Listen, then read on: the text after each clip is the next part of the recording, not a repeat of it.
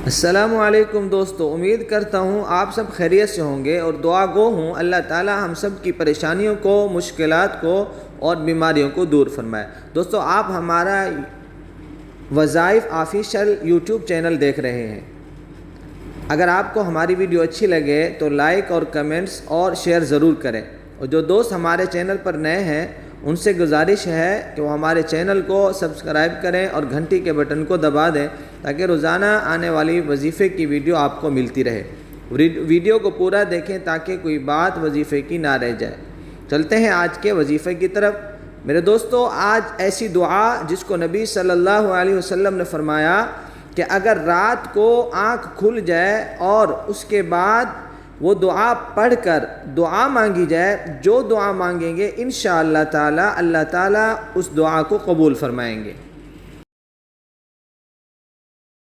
بسم اللہ الرحمن الرحیم۔ اگر آپ رات کو دوران نیند جاگ جائیں تو آپ صلی اللہ علیہ وسلم نے فرمایا تو اس وقت دعا پڑھ کر اللہ سے جو بھی دعا کریں گے وہ پوری ہوگی انشاءاللہ۔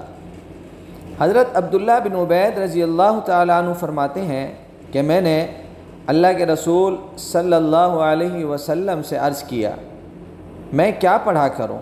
اپنی حفاظت کے لیے، مصیبتوں کو ٹالنے کے لیے، پریشانیوں سے بچنے کے لیے میں کیا پڑھوں؟ نبی اکرم صلی اللہ علیہ وسلم نے ان کو حل بتاتے ہوئے کہا کہ یہ پڑھنا ہے تم نے اپنی مصیبت، پریشانی اور غم کو دور کرنے کے لیے۔ اور اتنی چھوٹی چھوٹی دعائیں ہیں، ہم یہ نہیں کرتے۔ اگر ہم کسی بیماری میں مبتلا ہو جائیں تو ہم ڈاکٹر کے کہنے پہ بہت ساری میڈیسن کھاتے ہیں، دل بھی نہیں کرتا میڈیسن کھانے کو، لیکن ہم کھاتے ہیں کیونکہ بیماری کو کنٹرول کرنا ہے۔ لیکن اگر ہم وہی کریں، مصیبت غم نہ آئے، کسی آفت کو دور کرنا ہے تو کنٹرول کرنے کے لیے اذکار ہیں۔